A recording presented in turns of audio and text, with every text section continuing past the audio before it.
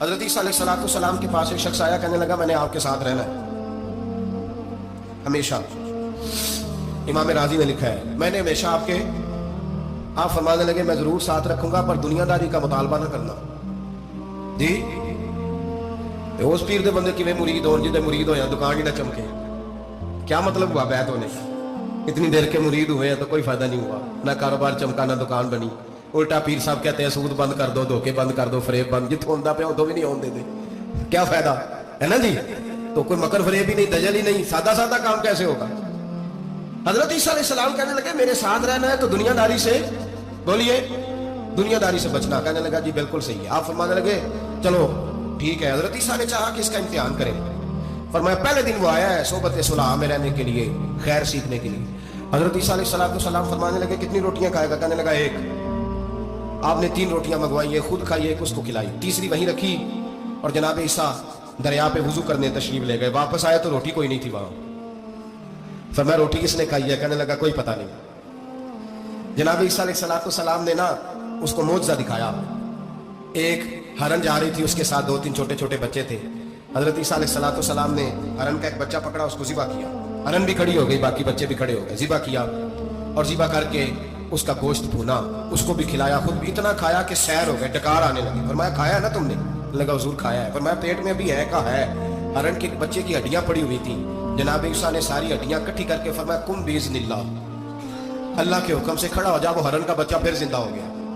آپ فرمانے لگے ہرن کے بچے کا گوشت تیرے پیٹ میں بھی ہے، میرے پیٹ میں بچہ وہ جا رہا ہے، اب تو بتا دے روٹی کس نے کھائی ہے، اب تو بتا دے۔ کہنا جی کوئی پتہ نہیں مجھے پتا۔ حضرت عیسیٰ علیہ السلام اس کو ساتھ لے گئے، دریا کے اس پار جانا تھا۔ فرمایا ہاتھ پکڑا چلو گزرو۔ دریا میں پیر رکھا، اس کا بھی اپنا بھی۔ کہنے لگا جی ڈوب جاؤں گا۔ فرمایا تو میرے ساتھ ہے، تجھے معجزہ دکھانا ہے، اللہ کی قدرت دکھانی ہے۔ پیر رکھا دریا میں، پیدل چلتے ہوئے دوسرے کنارے چلے گئے، کوئی ڈوبا نہیں، پیر بھیگا نہیں۔ فرمایا اتنی بڑی تو نے معجزہ دیکھا، اب تو بتا دے روٹی کس نے کھائی ہے۔ کہنے لگا جی پتا مجھے خبر، اللہ کے سامنے سارا ہی پتا ہوتا ہے، پتا نہیں مجھے، بولے بن جاتے ہیں نا منٹ میں۔ حضرت عیسیٰ کہنے لگے میں اللہ کا پیغمبر ہوں، مجھے منوانا آتا ہے۔ دریا کے اس پار گئے تو ریت تھی، صحرا کا علاقہ تھا۔ جناب عیسیٰ نے ریت کٹھی کی، چھوٹی چھوٹی ڈھیریاں لگائیں، 3 ڈھیر ریت کے لگ گئے، 3 ڈھیر۔ جب 3 ڈھیر لگ گئے تو جناب عیسیٰ علیہ السلام نے پھونک ماری، وہ ساری کی ساری ریت سونا بن گئی۔ حضرت عیسیٰ علیہ السلام کہنے لگے یہ 3 حصے ہیں سونے کے، ایک حصہ میرا ہے، ایک تیرا ہے، اور تیسرا اس کا جس نے تیسری روٹی کھائی ہے۔ کہنے لگا جی میں نہیں کھائی ہے۔ تیسرا حصہ اس کا جس نے تیسری روٹی کھائی۔ کہنے لگا جی روٹی؟ فوراً مان گیا، بے قدرہ کچھ قدر نہ جاتی، کیتی خوب تسلی ہو، اے دنیا دار پجاری زردے کتیاں دے گل ٹلی ہو، میں نہیں کھائی ہے۔ وہ میاں صاحب کمال کر گئے، وہ ایک شخص لے گیا میاں محمد بخش علیہ رحمہ کو تانگے پہ بٹھا کے، کہنے لگا یہ پہلی بھی میری، وہ بھی میری، وہ باغ بھی میرا، یہ میرے چاچے کی، وہ میرے تائے کی، یہ میرے دادے کی، بڑے مالدار ہیں۔ آپ فرمانے لگے چل چھوڑ کوئی اور بات بھی کر۔ نہیں جی نہیں، وہ فلانی شے بھی میری۔ آپ فرمانے لگے یہ بتا تجھ سے پہلے کس کی تھی؟ کہنے لگا فلانے سے خریدی ہے۔ فرمایا اس سے پہلے کس کی تھی؟ چپ کر گیا۔ آپ فرمانے لگے دانش منداں دا کم نہ ہی دل دنیا دا لاڑا، اس روٹی کئی خاوند کیتے، جو کیتا سو کھانا، چھوڑ اس کی بات نہ سنا، اس کا تو کبھی کوئی مالک ہوتا ہے کبھی کوئی ہوتا ہے۔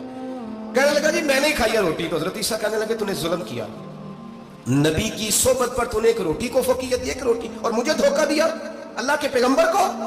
فرمایا جا میں نے مال کا کیا کرنا ہے، سارا ہی سونا تیرا ہے، 3 ڈھیریاں تو ہی رکھ لے۔ حضرت عیسیٰ کہہ کے گزرے تو پیچھے سے ڈاکو آ گئے، تلواریں ہاتھ میں، 2 ڈاکو، سونا پڑا ہوا دیکھا۔ کہنے لگے تیرا ہے؟ کہ میرا ہے۔ اٹھ دوڑ جا تجھے قتل کر دیں گے۔ منت کرنے لگا، کہنے لگا یار اس طرح کرو نا، بانٹ کے کھاتے ہیں، بانٹ کے کھا لیتے ہیں۔ بات طے ہو گئی، ایک ایک ڈھیری کے مالک ہو گئے۔ اب وہ بات چیت ہونے لگی، نام پتہ واقفیت ہو گئی، تعارف ہو گیا۔ اب وہ جو 2 ڈاکو تھے ان کو وہ شخص کہنے لگا بھوک لگی ہے یار کو روٹی کھاؤ، کچھ پیسے دے کے ایک کو بھیجا۔ وہ جو 2 ڈاکو تھے ان میں سے جو کمزور تھا اس کو بھیجا کہ جاؤ کھانا لے کے آؤ۔ وہ کھانا لینے گیا تو پیچھے سے کہنے لگا تیرا رشتہ دار ہے؟ کہا نہیں، کوئی تعلق؟ کہنے لگا کوئی نہیں۔ آدھا حصہ کیوں دیتے ہو؟ کہنے لگے کمزور سا بندہ ہے، روٹی شوٹی لا دیتا ہے، میرے کام شام کرتا ہے، تمہیں اس کو آدھا۔ اس نے کہا دفع کرو، چھوٹے چھوٹے کام کرتا ہے، تم آدھا حصہ دیتے ہو، آتا تو پکڑ کے قتل کر دیتے ہیں، سونا آدھا آدھا بانٹیں گے۔ ٹھیک ہو گیا جی۔ وہ جو روٹی لینے گیا تھا وہ بھی کہنے لگا مجھے تو نوکر سمجھا ہوا ہے نا، کھانے میں لاؤں، پانی میں لاؤں، بستر میں بچھاؤں، آج اتنا سونا ہاتھ آیا، بڑا ڈاکہ لگا، ان کو قتل کرتا ہوں نا دونوں کو، تو سونا میں قبضے میں کرتا ہوں۔ اس نے بھی دھوکہ دینے کا ارادہ کیا، کھانے میں زہر ملایا،